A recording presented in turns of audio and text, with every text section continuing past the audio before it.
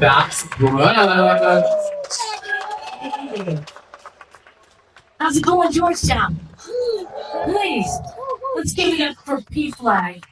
Let's give it up for Journal. Let's give it up for all the comics you've heard so far tonight. They did a great job. You know, LGBTQIA plus MOUSE. I don't know. It's a club. We're all in it. And you know what's cool? I can't even hardly remember what letters I am anymore. You know, if you have a head injury or 6 like I do, or maybe dyslexia like some of you have, you look at those letters and you're like, oh, whoa, what is going on there? It doesn't matter. We're all inclusive. It's like when you go to Cancun or like Costa Rica and you get the package. You're like, I got the package. I got the cocktail. I get the fun glass. I get the jungle monkey tour with the freaking temples and the buffet with the shrimps and the flan. All inclusive. All of it. That's what we are. We're just trying to spread the love. Don't hate. Don't get bent. It's like people get bent when they misidentify me. They're like, oh, it's a dude, it's a girl. You know, I'm so afraid of going like, oh, call me they or them. If somebody sees me from a distance and they said, you mean them over there? They mean plural. I'm fat. What if they mean like a gag on me? Good God, I'm Italian. If I have to go with something different, I'm going with pasta. And I'm going with something small, like ditalini, you know? And then I'm going to change it like every day of the week. Like maybe Monday I'll be fusilli. Wednesday, spaghetti, long and lean. Maybe bucatini. If I'm feeling fat, stuffed shell. For Sunday, it's very holy. Angel here. And since I'm an expert on all things gay, and I use that as an umbrella term because, like I said, there's all those letters. I thought because I was getting ready for this, a lot of friends were asking me questions that were all these gay questions, and I'm like, I have this venue, I'm going to use it.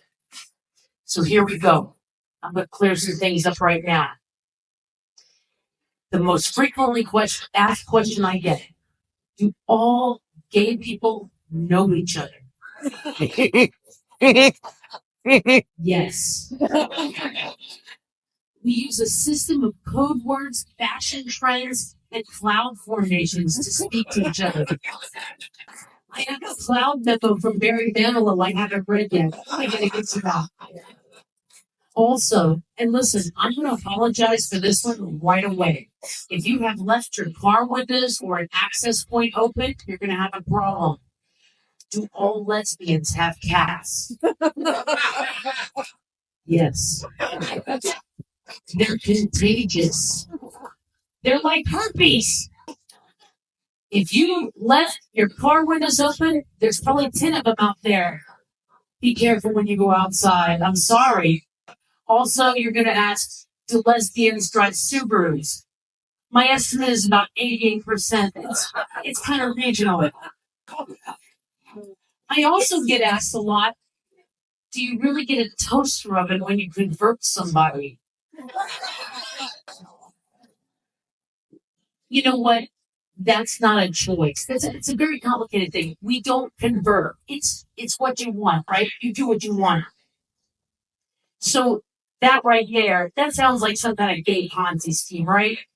It's not happening. But listen, I've got some bread makers, like 5 of them, and I will go to a very reasonable price. Also, some immersible blenders. So if you want to see me after the show, come see me, and I'll do a good price on those. And lastly, the most frequently asked question I get: are all gay people wealthy? No. Just because we know each other, we don't spread the wealth. It's ridiculous. So if you see a gay person and you want to give some money, we take cash. Venmo, I will take personal checks with a ID. Okay. So listen, it was really difficult growing up different. And I don't mean gay. I'm an Italian. And because I was adopted and an only child, and I mean like a spoiled only child. So like spoiled, like, have you ever gone shopping in July and you're like, I'm gonna buy all the food I need for the next year and put it in the freezer, and you go out and you shop it and you're like, Jesus, it's so hot. I I gotta take all the groceries in, and then you get home and it's 9 o'clock at night because you spent the whole day carrying in the groceries, and you're like, I can't cook. I'm gonna order a pizza. And then you look out at your car 3 days later, and you're like, what does that smell?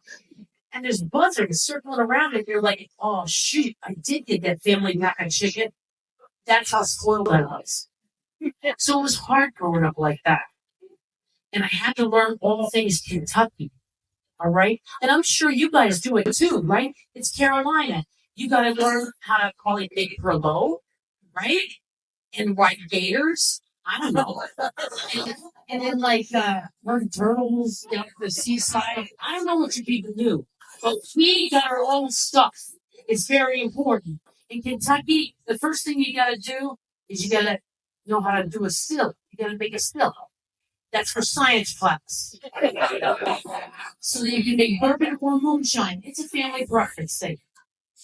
The next thing you got to be able to do is, of course, shoot a gun. Now you're going to say, oh, for food. No.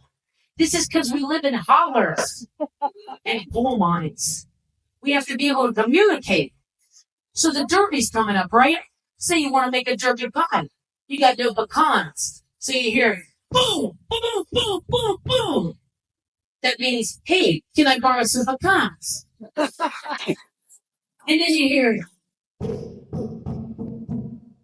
well, that's peanuts.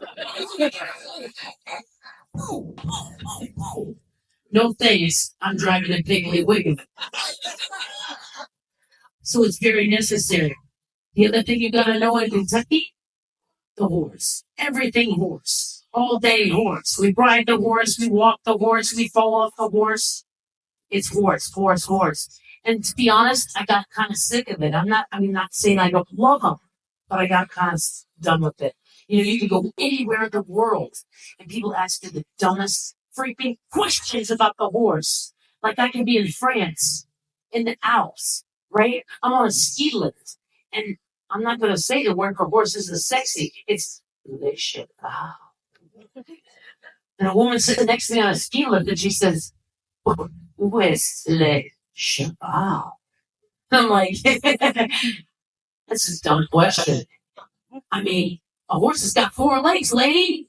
It's in the gondola behind me. It's not, oh, what do you think? Come on. Would you get the other questions? And I had to get out of Kentucky. So I moved to New England, right? And I met a wonderful woman. I was one of the first people gay married, right? Again, I'm an H2.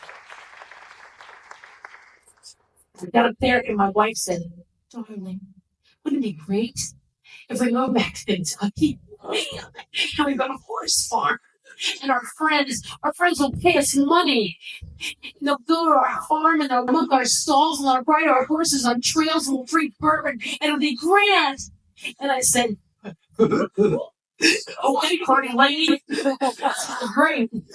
And then I guess 3 days later we were out of money. I drank all the bourbon. That's why it's so expensive now. It's not a production prop or anything. It's because I drank all the bourbon. And we have no friends. So I had to figure something out. Really, this horse farm thing was a nightmare. Horses eat constantly, and nobody pays their bills when they board. So I had to do something. Horses were insane, and nobody wanted to ride them. I had to replace the horse. God forbid, right? But I found something better. Really, I had to fill my stables with fun. Whores. Whores! Before you knew it, my friends were back. And they were horseback riding 24 hours, 7 days a week. And I started thinking about all the ways we use horses in society. Like sayings that we use, right? We have a tendency to say horse sense, right? And I'm not saying Mr. Ed isn't a smart old horse, right? He's in there. He knows people. He's like Santa Claus. He knows if you're good, naughty, or nice, right? He's in there. He's like, he'll He'll poop, scratch, bite, and kick you if he doesn't like it, right? And also, he's in there doing math.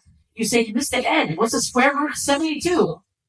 He's scratching out the Pythagorean theorem or something. I don't know. I can't do math. But what about whores? They got to know right away. They can't, it's not Mariska Hargitay every time that comes in, right? They got to know if you're the lawnmower SUV. Also, they got to do math. You come in, you ask for, what about I want to swing from the trapeze and hook to the light switch and the condom cost and the overhead. They got to calculate all that on the fly. A plus B equals CP on me. That's the only reason you take math in school, in case you grow up to be a whore. More sense makes more sense. Then I started thinking about this, and this one's kind of weird. I don't know how to go with this one. Eat like a horse. You ever say that? Who says that? Who wants to eat like a horse? It's ridiculous. Who wants a bale of Timothy hay and a carrot a day? Nobody. And did you know horses can't barf? Who wants a horse full up like this, right? But wait a minute. You don't want a whore that barfs. You want to take it all the way down, right? So that one's kind of weird. And also those magic mic boards. Like, this is a way for jockeys to come in and have a light after that. Because they have one frappuccino and they're done. They can't rock. Not at my farm. They can ride forever. All right? I am an equal opportunity whore employer. That's what I was saying. So that one, I don't know. It's kind of a double-edged dildo. But then this one really got the wheels turning. Get off your high horse. Why? Say I'm a general. I ride down to see how the battle's going. On my high horse, people start stabbing at me. I ride the hell away. Sick on my high horse. But wait a minute. What if my whore is high? Bitch starts stabbing me. Who if I have to stab her? That's a phone call that I have to wait to my wife again, right? And she's like, what happened? I'm like, and she's like, again. And then, or what if my whore is really high? I'm going to stay to get my money's worth. Either way, it makes more sense. All right? So these things. Then I started thinking about music. Wild horses couldn't drag you away. What is it, 1892? You had to be tied to them? But I tell you what, if your significant other came home and he said, wild horse couldn't drag me away, now that's meaningful. And also, is it a new subdivision? Like, I just want to know. It's an informational thing. Like, are they untamed? Are they feral? Just let me know the address. Give me a little insight. And then activism. Save a whore. Write a catalog. And then what about Shakespeare? A whore, my kingdom for a whore. You want to give him one? Just saying. And I'm going to leave you with this. A pony is a childhood dream, but a whore is an adulthood treasure. Thank y'all very much. Thank you very much. Have a great night. Thank y'all for coming out.